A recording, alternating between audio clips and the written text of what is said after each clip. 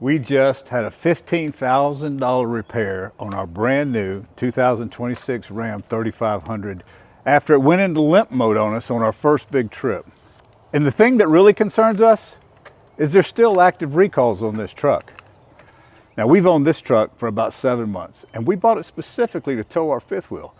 But after multiple problems, DEF system warnings, random check engine lights, and a major breakdown that left us on the side of the interstate, our confidence has definitely been shaken.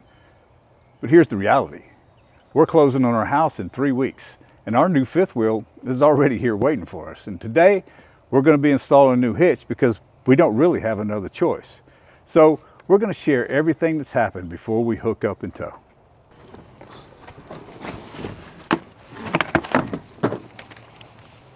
So we've owned this truck for 7 months now, and we bought it specifically to tow the fifth wheel. One of the things that really attracted us to this truck is the tow capacity. We also really liked the way that it looked. That didn't hurt. Yeah, I really like the way it looked. The midnight package, all blacked out. To me, it stands out in a crowd. Yeah, so we'll link the video below to the original video. We still love all those things about this truck. The first and our most major issue so far cost Stellantis $15,000, not us, but it definitely inconvenienced us for almost 2 weeks. Yeah, the good thing is brand new and under warranty. We're in Atlanta and we were on our way to Nashville. We stopped to get gas about halfway through, and it's important I mention that because every issue we've had, whether it has something to do with it or not, has always happened right after we filled up with gasoline. I don't know if that has anything to do with it. It may not. How many miles were on the truck then? 1,639 miles. So 1,600 miles. 1,600 miles into the truck, and to that point, performed flawlessly, and then our all first... 1,600 miles? Yeah, all 1,600 miles, and then our first incident. So we come out of the gas station, we're right off the exit, and we get on the ramp, and as soon as we're going on the entrance ramp, the dash just blows up. Yeah. And the big system warning comes on, and the first warning came on. It didn't stay on long enough for me to recognize what was happening and to actually read it, but the check engine light stayed on, and then another alert came up, and that alert said exhaust filter is full. Yes, so absolutely nothing wrong with it, and then all of a sudden Christmas tree lights and exhaust filter full. And then the truck goes into limp mode. And if you've never experienced that before, and this is our first diesel truck, I had never experienced limp mode, but all of a sudden the power is just cut, and here I am on an entrance ramp. On the entrance ramp. To get onto the interstate. And it cuts down to like, well, I mean, you couldn't have been going more than 5 miles an hour. But the alert told us, see dealership immediately. So. Well, you didn't have a choice. It wouldn't go very fast. Exactly. So this was all in a matter, like from getting gas to the entrance ramp to it going to limp mode. 2 minutes. Turned around, limped it into a station at Chattanooga, which of course this was a Sunday, and the dealership was closed. Luckily, right next door to the dealer was a rental car, so I was able to leave the truck at the rental car place right next to the dealer, and then the next morning go back over there and take it in to see what was wrong. By the way, don't give you a rental car that is comparable to your vehicle. No, they don't. They give you a clown car that you have to move everything that you have in your truck into a tiny clown car. There was a daily limit on that they would reimburse you for your vehicle, and I think it was 60. Yeah, $60. So whatever you can get at budget or enterprise for $60 a day, unless you want to pay out of pocket, that's what you're limited to. Yeah. So the dealer did the diagnostics. It turned out to be the DPF SCR, which from my understanding, and I'm no mechanic, but it's the sensor that tells the DPF system to regen.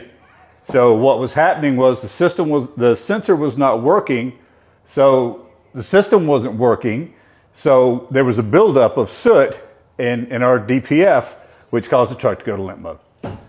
So the whole system was replaced. All of it had to be replaced. God. Are you okay?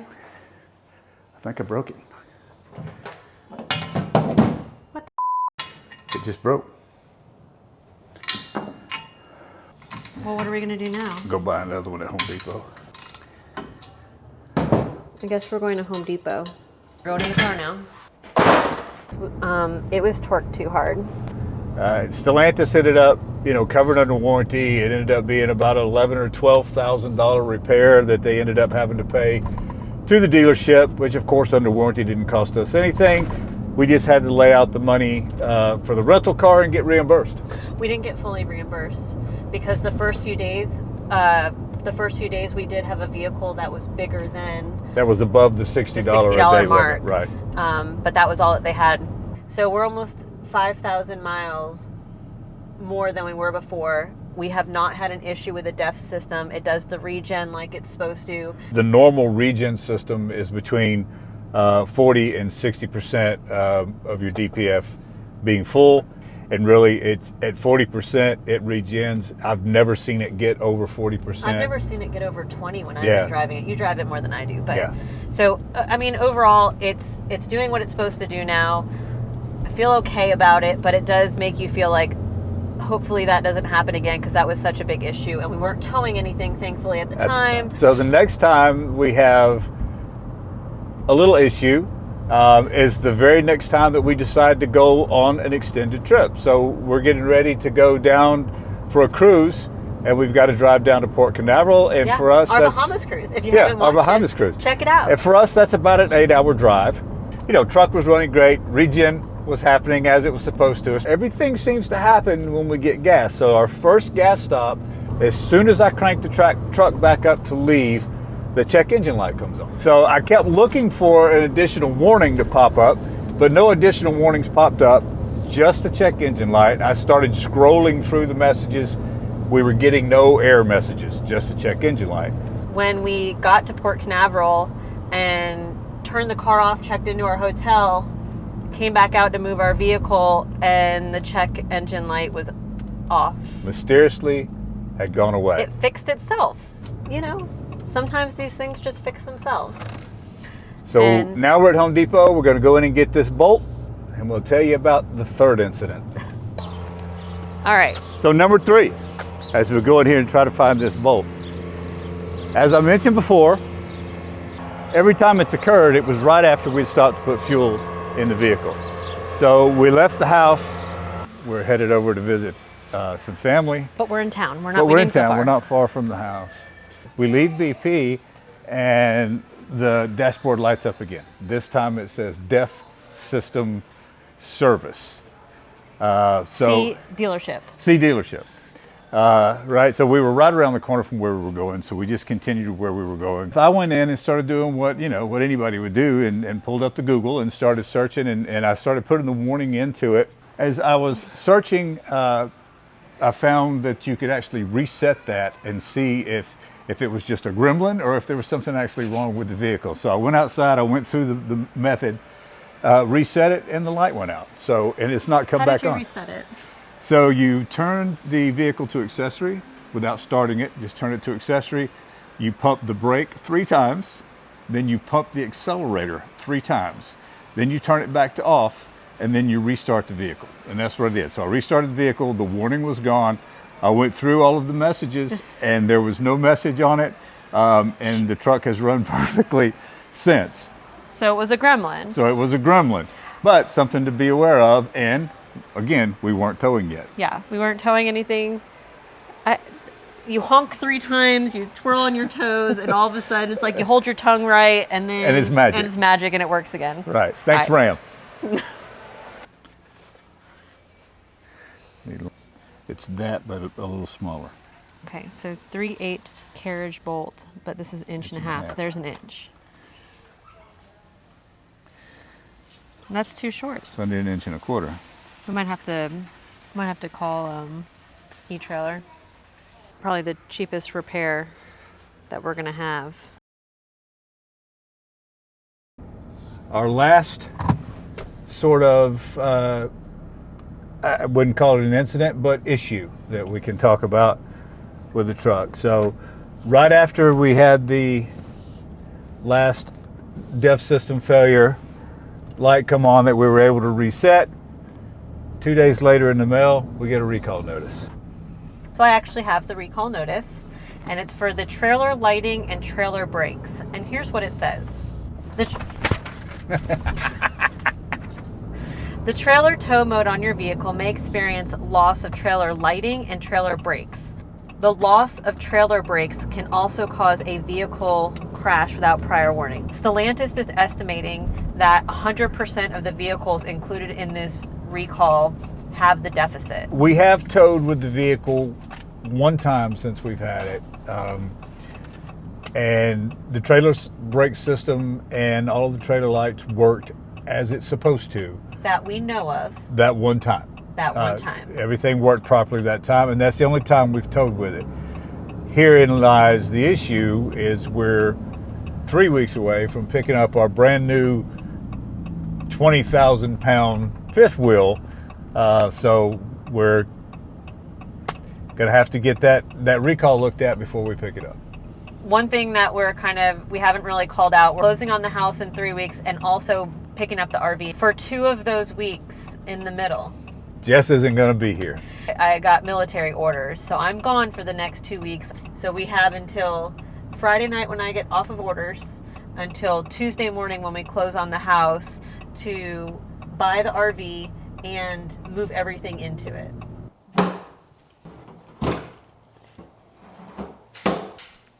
For those of you at home keeping track, you realize we only bought the screw and not the nut, so we had to take it off the old one.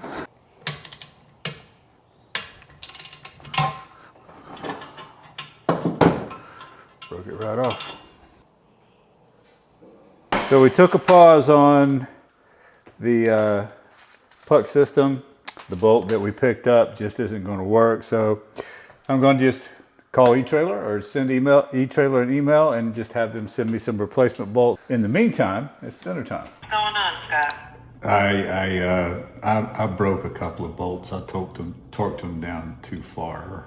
Okay, let me take a look. I don't have any replacement parts available.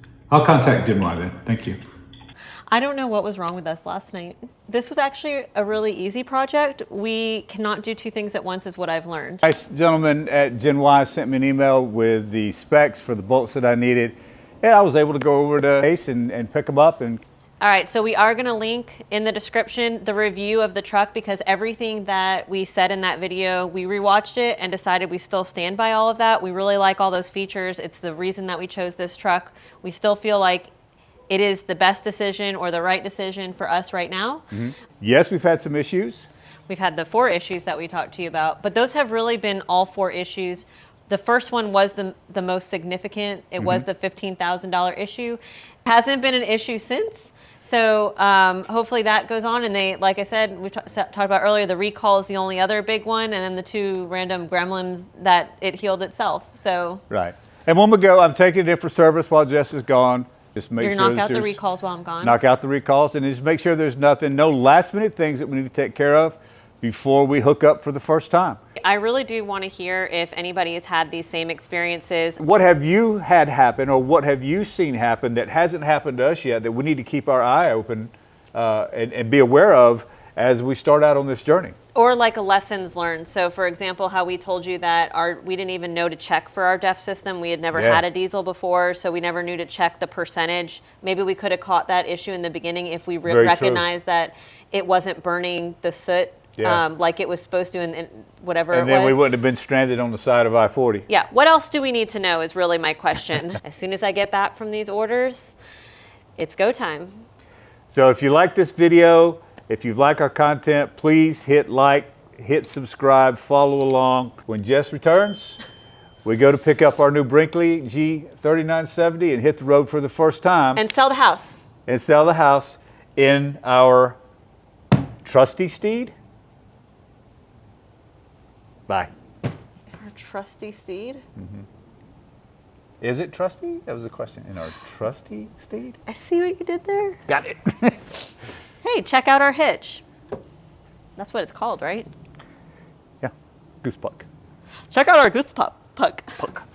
Goose puck. It's a goose puck. I love a goose puck. It's a very sturdy goose puck.